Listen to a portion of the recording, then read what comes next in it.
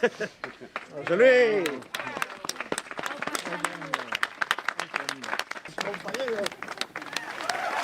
Javier Salutregi mentxaka hilda duela 25 urte egin itxizutenean egineko azken zuzendari izan zena. Gogoz kontra, adierazpen askatasunaren ikur nagusiena eta Euskal Herriko kazetaritzaren erreferentzia handietako bat. Lurrak goxo hartzaitzala. Salud. Están sirviendo ya la del estribo. Ahorita ya no sé si tengo fe. Ahorita solamente ya les pido que toquen otra vez la que se fue.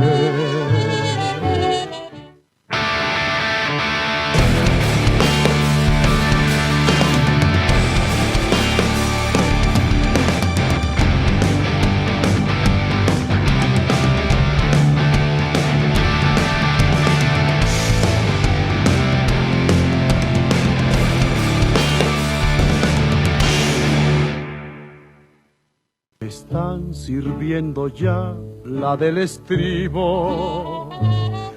Ahorita ya no sé si tengo fe. Ahorita solamente ya les pido que toquen otra vez la que se fue. Gogoko zituen doinuokin agurtu nahi izan dugu Salutregi jauna, Iñaki Petxarroman. Alaxe tokatu zegu baita gaurko egunan ere, naiz eta beste gai batzuri heltzekotan ginen, nola ez aipatu, zoritxarrez egin egunkaria adierazpen askatasunaren aurkako makrooperazio haiek eta Salutregi bera haien biktima handietako bat ere izan zela, Euskal Herriko kazetaritzaren erreferentzia handietako bat izatearekin batera. Bai, hoitxe ez, egun tristea, eta bereziki gogoratzekoa, ez? Bueno, Salu junda, baina gogoratu behar dugu berri hontan eta memoria historikoa zainbeste hitz egiten dugun garaian, Euskal Herrian adierazpen askatasunari eraso oso gogorrak egin zaizkiola, estatuaren egituren aldetik.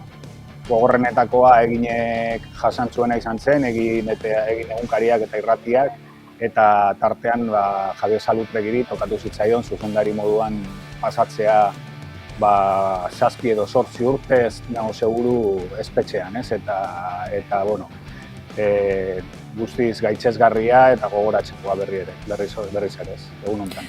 Duela 25 urteko gertakariak, oraindik ere, halako kontuak bizirik daudela esan genezake gainera zoritxarrez, erorien arana, izergaren punta ere izan daiteken garaiotan, memoriaren gatazka edota batalla mai gainean da bizirik. Zentzurretan, errelatua, gertatutakoaren kontakizuna, aipatu nahi genuen, egunotan gainera lekukotza bat jaso duzuelako, hauteskunde egunaren asteburu horretan bertan, Sorian izandako eskuin muturreko eraso faxista baten lekukotza ekarri duzuelako egunotan, eta Donostiako hiritar bat koman da oraindik ere, koma egoeran, eraso bat jasan zutelako, eta hasiera baten eta poliziaren atestatuak ere taberna barteko borroka zela zioen arren, badirudi eskuin muturreko eraso bat izan dela guzti hau. Bai, gu jaso dugu tamalez koman dagoen Jon Aranbururen lagun baten testigantza, berarekin Sorian egun hori pasatzea suertatu zitzaiona, eta honek argi eta garbi adierazten du, beraiek partida horren zai zeudela, behaien lagun batzuekin, Katalan talde bat orbitalde zeuden, Numantzia eta Korneia, eta hango lagunekin zeuden partidara joateko zain, lasai taberna batean, eta hor nunbait 60 lagun burua estalita zuten, 60 lagunen erasu bortitza, jasan zuten. Jon Aranburu tabernara sartzeko eta babesteko gogoa edo nahia izan zuen, baina hor nunbait tapoi bat egin zen atean eta ezin sarturik kanpora irten zen korrika eta hor nunbait harrapatu zuten, ez? Zauriak guztiz larriak, ez? Hiltzorian egon da, ematen du pixka bat arindu dela, baina oraindik koma egoeran dago, eta, bueno, gogoratu behar da, oraindik ere, kasua ez dago, ez da kasurik, ez dago ez atxiloturik, ez dakigu ikerketa ere oso ondo nola da hon, eta, bueno, pentsa dezakegu olako eraso baten ondorioak, izan barko liakela ondorio polizialak, ez? Naiz eta gu ez gehan hasiko hemen polizia aldarrikatzen, baina ondorio polizialak askoz azkarragoak eta gogorragoak izan barko lirakela, ez? Esan genezake, Jon Aranburu, donostiarraren, antibotarraren kasuak baduela antzekotasunik, Aitor Zabaletaren kasuarekin, guztia futbolaren markoan kokatuta, baina berriz ere eskuin muturrak egindako eraso baten baitan. Bai, eskuin muturra, Aitor Zabaletaren kasuan euskaldun baten bila joan ziren preseski, eta kasu honetan badirudi katalanen bila joan direla, eta tartean bi euskal herritar edo harrapatu dituzte edo euskal herritar bat kasu honetan zauritu larri utzi dutena, ez? Baina azkenean, oso testu inguru eta emaitza antzekoa da, ez? Kasu honetan momentuz eta zorionez eta espero ezagun gerorako ere heriotzi gabe geratu dena, baina oso gertu egon dena eta dagoena, ez? Beraz, lehenengo gauza ea Jon Aranburu laizter osatzen den eta ospitaletik etxera etortzen den, ez? Gogorakarriko dugu burezurra hausita duela, koma egoeran dagoela, azken asteak ala daramatza, Burgosko erietxean eta polizia atestatuak oraindik ere ez duela aurratxik eman. Senidek ere aurreratu zuten lehen unetik ez dutela inolako laguntza edo erraztasunik izan eta oztopoak izan dituztela aurrean. Irudiak ikusiko ditugu, egia esan da hautsikarara ematen du, baina halakoetan akaso irudiek ere zalantza guztiak uxatzeko gaitasuna badute.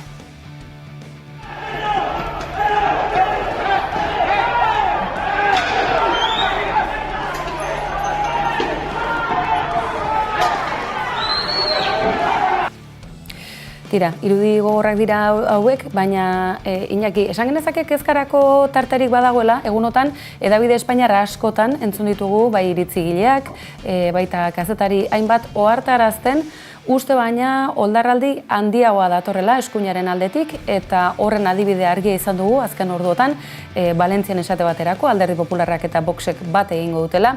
Badirudi, Voxek estatuko erakunde nagusietako ateak zabalik izango dituela, eta hezkuntza edota osasungintza bezalako eskuduntzak eskuratzeko aukera. Ze puntuterainoko kezkari eman diezaiokegu tarte? Nola aurreikus daiteke?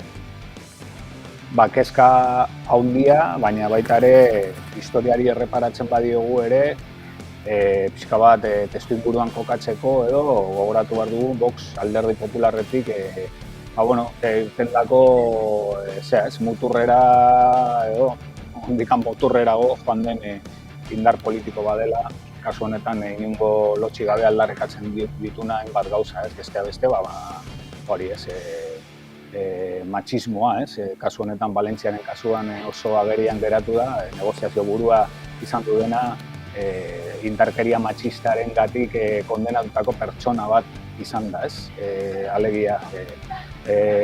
Gertatu daiteke edozein indar politikotan, baina kasu honetan gainera, nik uste olako arguda postu batean jartzea, areta nolabaiteko puntu aldarrikapen puntu bat ematen diola, eta gero testu inguruan kokatu da, garbi ikusten da Espainiar estatuan arrisku bizia dela datorren hauteskundetan PP eta Voxek osatutako gobernu bat osatzekoa, eta Europaren testu inguruan garbi dago ez dela gauza berria, baina areagotzen ari den joera badela, alegia eskuin muturra, gobernu aukera, gero eta garbiagoa dela hainbat lekutan. Alemanian inkestetan ematen ari da momentu honetan lehenengo indar politikoa izango litzakela eskuin muturreko alderdia, eta Frantzian ikusi ditugu hauteskundez segertu dauden gobernatzetik.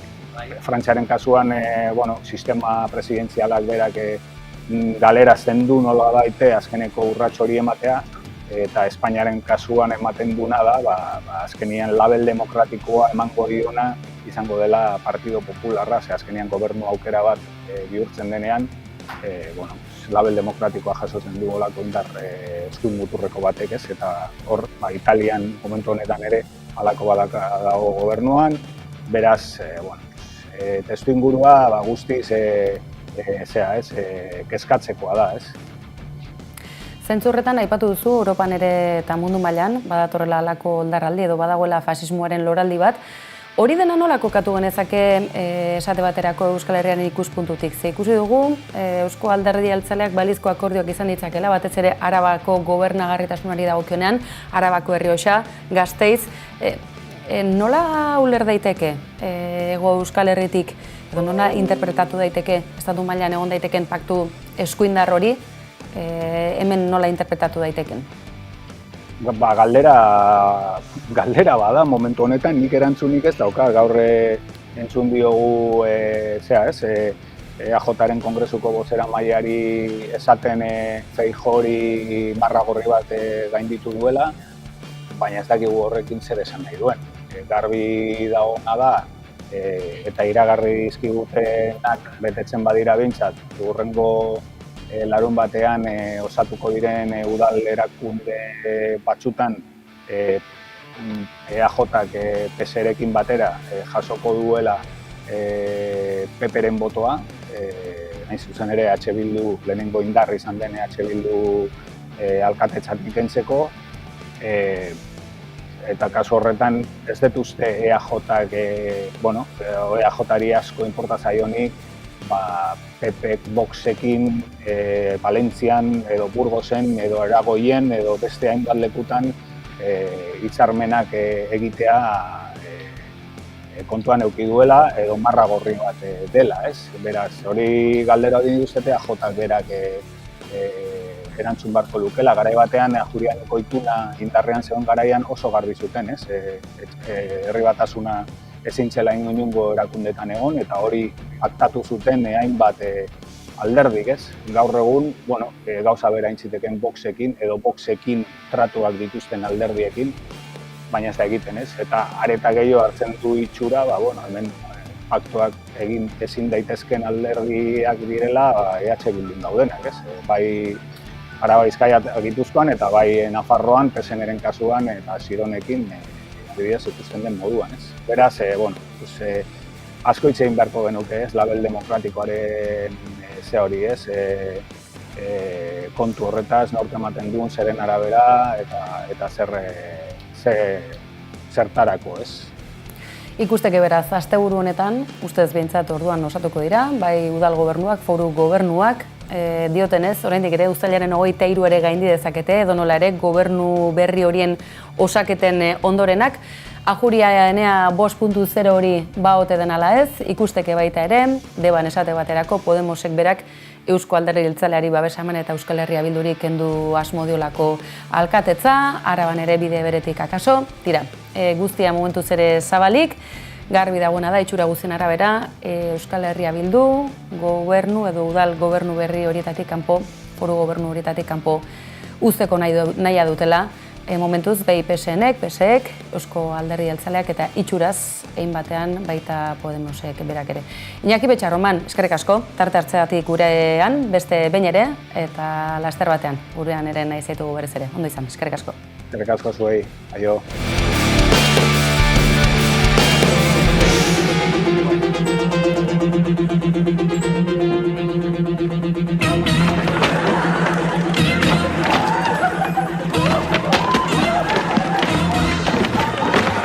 Gaur ez da asteartea eta 13, baina izue astea datorkigun moduan sintonia honi eutxiko diogu, izan ere Alderdi Popularrak eta Voxek honezkero lehen akordio zabala erdietsi dute. Valentziari dagokio momentuz, baina Espainiar estatu osora zabaltzeko arriskua hortxe da. Y que forman parte del ideario del espacio público de una forma absolutamente criminal, porque han criminalizado y han puesto debates que estaban absolutamente superados. Es que en muchas ocasiones, cuando hablamos del aborto, cuando hablamos del papel de la mujer en la sociedad, cuando hablamos de la crisis climática, cuando hablamos de los temas de salud pública, cuando hablamos de la memoria histórica, A mí me parece que hemos retrocedido 30 o 40 años en este país. El otro día, a raíz de toda la polémica sobre el ganado en Castilla y León, un consejero de Vox llegó a decir que la salud pública estaba sobrevalorada. Eusko Alderdi Jeltzaleak marra gorritzat jo du, baina eta guztiz ere, Arabar Errioxa eta Gasteizen hor badirudi Alderdi Popularrarekin zerbait egon badagoela. Bien bitartean azken orduotako sorpresa, hauxe, Podemosek bat egingo ote du Ajurianea 5.0 horrekin, Deban honezkero, Euskal Herria Bilduri lehen indar bozkatuena izan arren, Eusko Alderdi Jeltzalearekin bat eginda alkatetza kentzeko asmo honezkero iragarria dute, sare sozialetan festarik ez da falta, eta aurrera begira, datorren asteburunetan zer nola osatuko ote diren udal eta foru gobernu horiek. Iruña mahai gainean dugu, Asiron bai ala ez, Nafarroako gobernua, Gipuzkoan zer gertatuko ote da eta Gasteiz bezalako hiriburuetan bada honezkero galdera ikurra, baina kezkaz inguratuta. Honela, hauteskunde ondorengo eta atozen uztailaren 23ko hauteskunden atariko giroa gero eta nahasiagoa dagoela ezin dugu ukatu.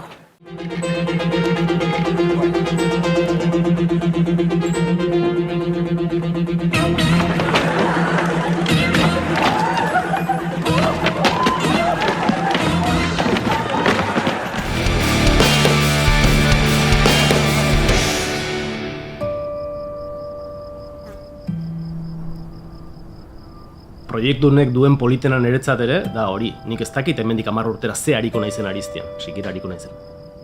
Hor baldin badago Aristia, azitzen segitzen badu, eta nik argazkilari bezala ere, pauso batzu gehiago ematen baditut, eta nire begirada aldatzen bada, ez dakit hemendik 10 urtera ze eginen duten proiektu horrekin. Eta hori da politena, ez pixka bat ez jakite nora joak izaren hori, baina nabaritzea mugitzen ari zarela, eta pausoak ematen ari zarela pixka bat.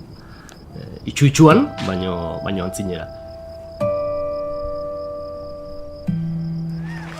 Ez zaituztegu aspertu nahi, aktualitate politikoa oso astun dugulako eta eskuinak harrotasuna agertzen baldin badu ere, munduak bere horretan martxan segitzen duelako eta sare sozialetan dapa. Badakizue, Azpeitiako Dinamo Kulturguneko ikusentzunezko sorkuntza eta produkzioak tarteka eskaintzen dizkigula halako harribitxiak eta kasu honetan mugaldera oaz Asier Gogortza argazkilariarekin izan dira dapakoak. Aizue, ukurritu altzaizue pandemia garai horretan mugaldeak bestelako aukerak ere eman zitzakeela, argazkilariak esperimentu interesgarria egin du Aristi baten sorrera eta bere garapena beti ere Euskal Herriaren muga handi horretan.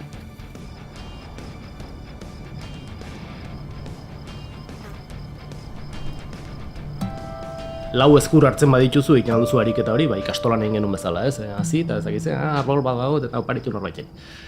Baina 100 hartzen badituzu, hor asunto aldatzen daia.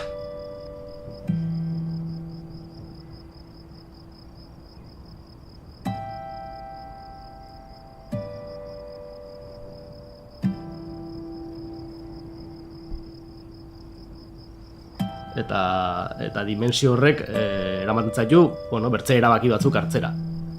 100 landare ateratzen bazaizkizu, niri ateratzen zaizkidan bezala, ze hostia dut honekin, paisai bat dut. Eta bai, hasieran bai hortan bai pensatu nuen, ez? Paisaian interbenitzeko zerbait egitea.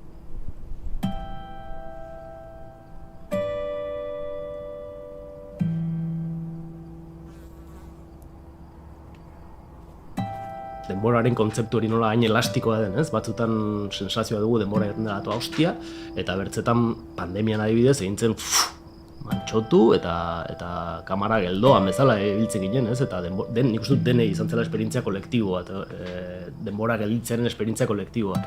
Eta justu momentu horretan hasi ziren aritzak ateratzen.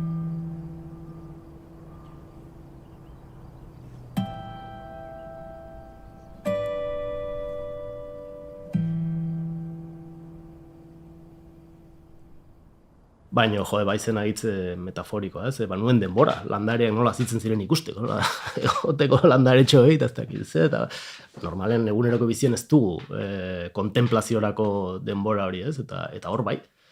Eta, joan ziren enkajatzen gauzak, klak, eta baina horret nintzen joku bezala. Eta hasi nintzen argazkiak egiten, eta jaketa argazkiak egiten ditun, eta egunkaria irakurtzeko demora nuen, pues igual aurrakin, ez dakit, igual semeakin, eta jarriko diogu izena aritzari, eta jiji, jaja, eta ez dakit ze, eta pues, nahiz oroitzen egiarran nola izan zen lehenbizikoa, eta jarri nion, izen bat, eta gero bertze bat, eta gero bertze bat, eta gero jazen, bueno, gaur izen irakurriko du periodikoa, eta irakurtzen den bitartean pentsatuko du ze izen, eta pues, igual zumeta, pues, justo hiltzela bezperan, eta pues, zumeta jarriko dugu arbol bateri, hausnarketa zen hori, zergatik personei jartzen diegu izena, eta guk landatu dugun arbolei ez.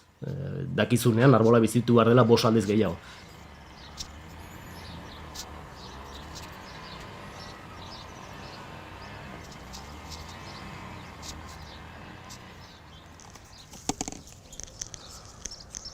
Tripoli. Eta hau Satxa Jauregi. Lenin. Hori. Joan nintzen, lehenbiziko gauza egin nuena eta publiko egin nuen momentua izan zen udaletxera joan nintzenean, eta bira, baditut egun landaretxo, aritz, eta onditzen ari zaizkit, hor ditut baratzean, eta ez dakit zer egin, landatzen alditut herri lurretan, eta erantzuna izan zen bai. Hartu mapa eta aukeratu toki bat. Torri nintzen etxera, mapa hartu nuen eta segituan joan nintzen mugara. Baina horrek suposatzen zuen ja bertze dimensio bat hartzea proiektuak. Zela mugaz gaindiko harreman bat, bertze herriak ere parte hartu behar zuen, eta bueno, elkartu ginen behin bazkari bat egiteko, tokia ikusteko, ez dakit zen, nik kontatzeko pixkoa zertzen proiektua, eta harreman hori ere sortzen, ez? Eta beraien artean, claro, hasten dire aritzetaz eta tokiaz, baina gero solasten dire urak, suhiltzaileak, ez dakit zer, hazienda nola pasatzen, gauza uniz dituzte amankomunean, ez? Orduan, da, bueno, aitzaki bat ere haiek lantzeko beraien gaiak, eta orduan da bat handia eta bertze bat txikixegoa, baina orografiak ere eskatzen duelako. Eta borobila da ere, toki horrek hori eskatzen duelako pixka bat. Eta mugak gurutzatzen du erditik. Eta orduan borobilak egiten du, muga hartzen du erdi-erdian. Eta ni saiatzen naiz, nire buruari jartzen diote egin behar hori, ez? Muga gurutzatzearena, iruditzen zait pila bat irabazten dugula, edo pila galtzen dugu, ez badugu egiten. Ez gara konturatzen, ze palanka izaten alden muga. Osea, muga da kristun palanka.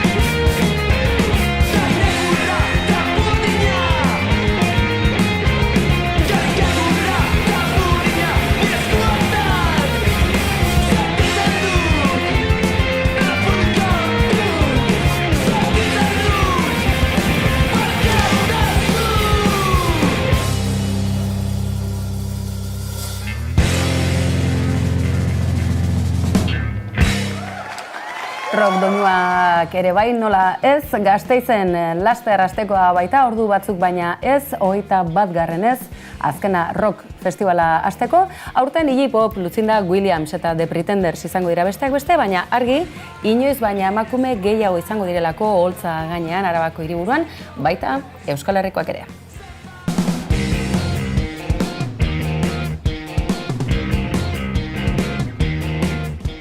Hogei urte eta gero Oholtza emakumeena. Duela 20 urte egin zuten azken rock jaialdiaren lehenengo aldia, eta 23 artistak eman zituzten orduan kontzertuak. Horietatik ordea, 3 besterik ez ziren emakumeak. Urteak igaro ahala, gauzak aldatu zion dira, eta emakumeak inoiz baino presentzia handiagoa lortu dute aurten.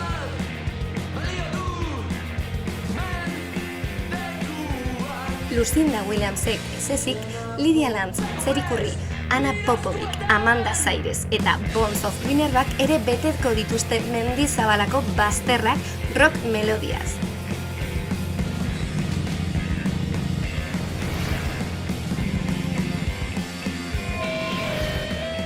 Eta Euskal Herriko emakumeek ere izango dute lekua.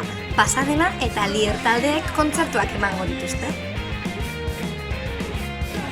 Libe García de Cortázar Pasadenako kideak 20 urte baino gehiago daramatza musika egiten. Baina azken arroken jotzen duen lehen aldia izango da aurtengoa. Lier taldea izango da Euskal Herriko rockaren beste ordezkarietako bat. Lider Nando abeslariak azaldu duenez, oso emanaldi bizia izango da ostegunekoa.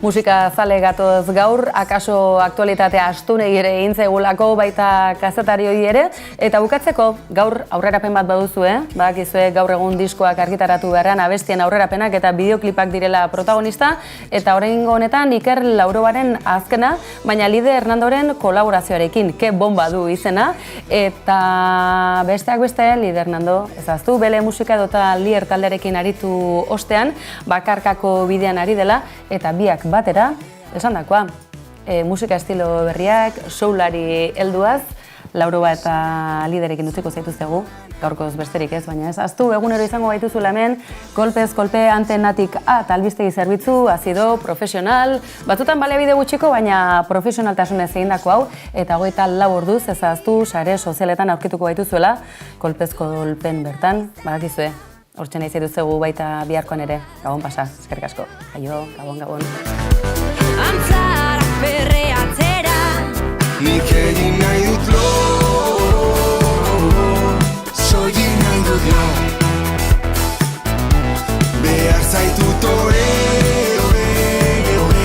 manoa oiea, naita ezin ospa egin, bakarri naita ezin ospa egin, naita ezin ospa egin, bakarri naita ezin ospa egin, egin nahi dut lo, soilik nahi dut lo, ospa egin, nik egin nahi dut lo,